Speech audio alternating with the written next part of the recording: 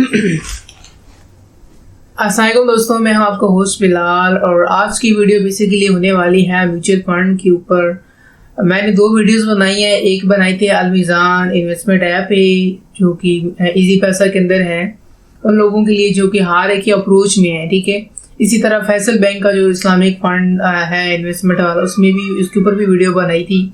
तो आज जो वीडियो बनाने वाला हूँ बेसिकली है म्यूचुअल फंड क्या होता है, थोड़ा तफसीलन आपको बताने के लिए।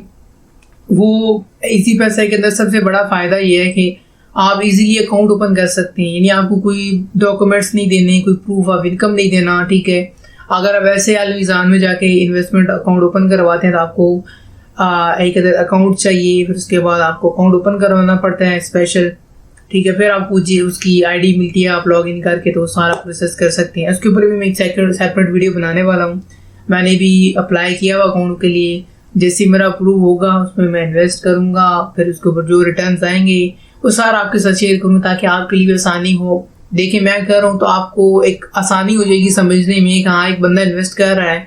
अब मैंने करना था तो मैंने इसके ऊपर बड़ा रिसर्च किया, पहले बहुत ढूंढा है, ठीक है। तो आपको ये होगा कि आपने सिर्फ एक वीडियो देखनी है तो आपको काफ़ी सारी चीज़ें वैसे ही क्लियर हो जाएगी कि हाँ ये कैसे काम करता है, ठीक है। तो आज बेसिकली हमारे पास जो टॉपिक है वो है म्यूचुअल फंड क्या होते हैं। बेसिकली ये पाकिस्तान में अब तो खैर म्यूचुअल फंड की भी बहुत सारी टाइप्स आ चुकी हैं।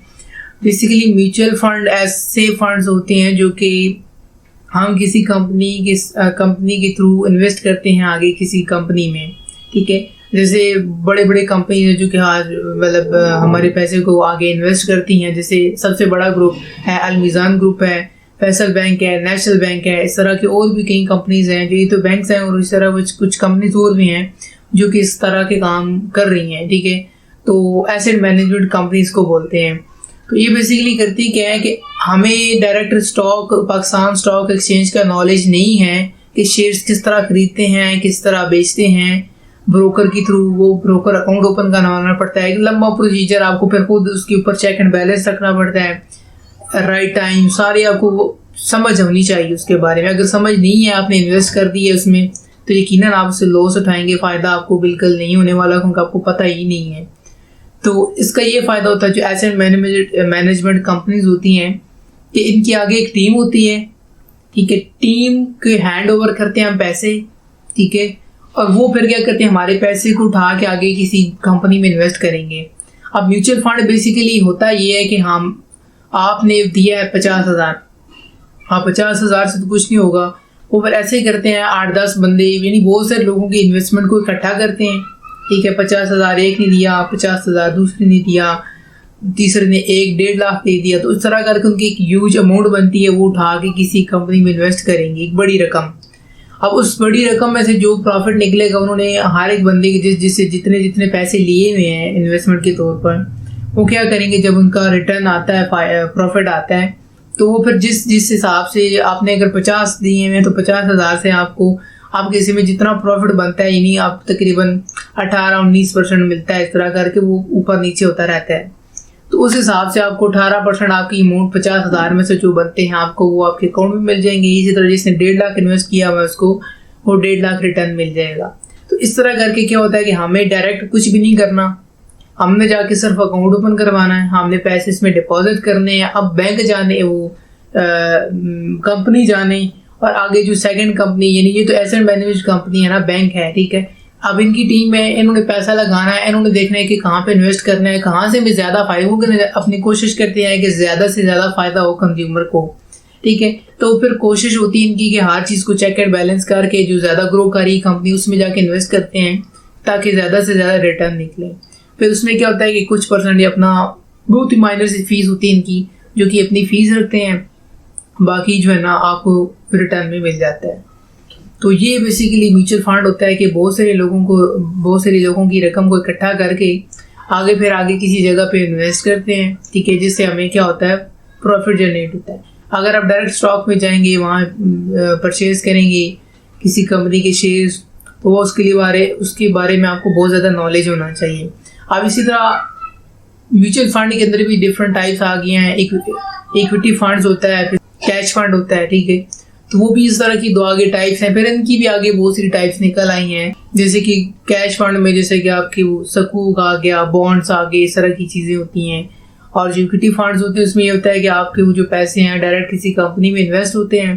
कंपनी ग्रो करेगी तो आपको फ़ायदा होगा, कंपनी लॉस में जाएगी तो आपको उसमें से लॉस भी होगा। यानी समझ लें कि कंपनी फ़ायदा करेगी तो आपको फ़ायदा होगा, कंपनी लॉस कर रही है तो आपको भी, यानी कि इन्वेस्टमेंट बेसिकली होती इसी तरह ही है कि ये एक शेयर बाजार होता है इसी तरह के, कंपनी फ़ायदा करेगी तो फ़ायदा होगा, लॉस करेगी तो लॉस होगा। अब यहाँ पे भी होता है कि लोग डरते हैं कि हम इन्वेस्ट करें हमारा पैसा डूब ना जाए, तो जो सबसे सेफ वेस्ट जो है ना वो फंड्स हैं या जहाँ पे इन्वेस्टमेंट आपको करनी चाहिए वो म्यूचुअल फंड ही हैं, जहाँ पे आपको कम से कम लो रिस्क पे आप इन्वेस्ट कर सकते हैं। यानी आपको कम उसमें समझ लेंगे चांसेस लॉस होने के ना होने के बराबर होते हैं। अगर आप स्टॉक में इन्वेस्ट करेंगे तो वहाँ पे हाई रिस्क, लेकिन वहाँ पे एक चीज़ और भी है, हाई रिस्क हाई प्रॉफिट, यानी कि आपको लॉस भी हो सकता है बड़ा।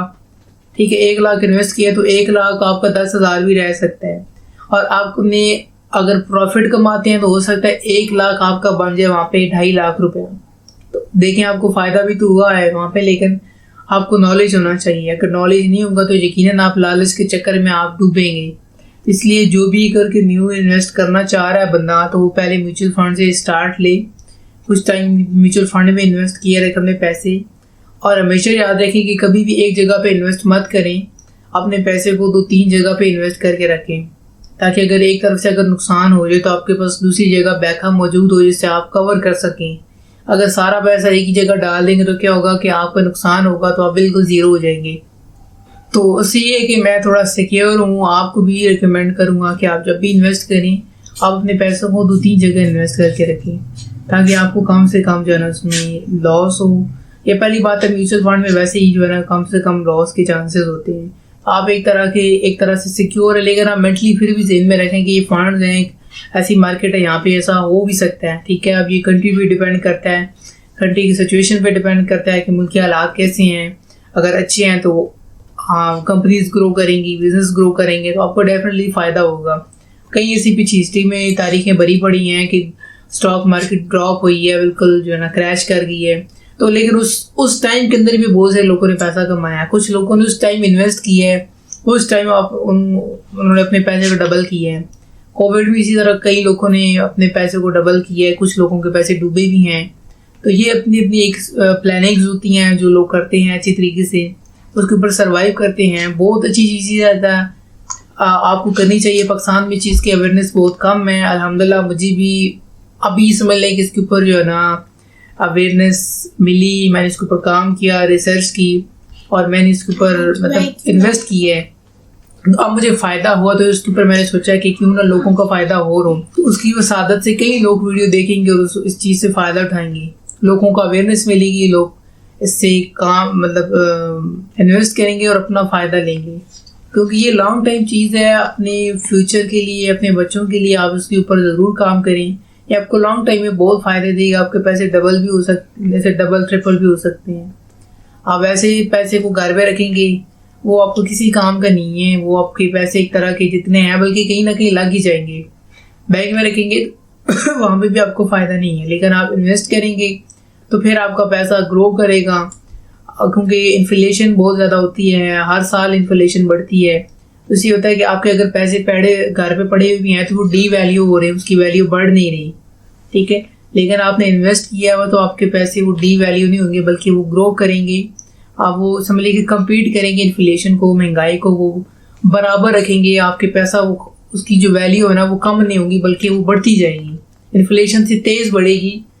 तो ये होगा कि आपका पैसा वो ज़ाया नहीं जाएगा बल्कि कम नहीं होगा। क्योंकि आप ऐसी मिसाल ले लें कि आपने कुछ 2-3 साल पहले एक चीज़ ली थी 10,000 की, अब वही चीज़ आपको 15 से 18,000 की मिलती है। तो देखिए इन्फ्लेशन की वजह से 3-4 मतलब इतना ज़्यादा 6-7 हज़ार रुपये का फ़र्क पड़ गया, यानी आपका पैसा डी वैल्यू हो गया।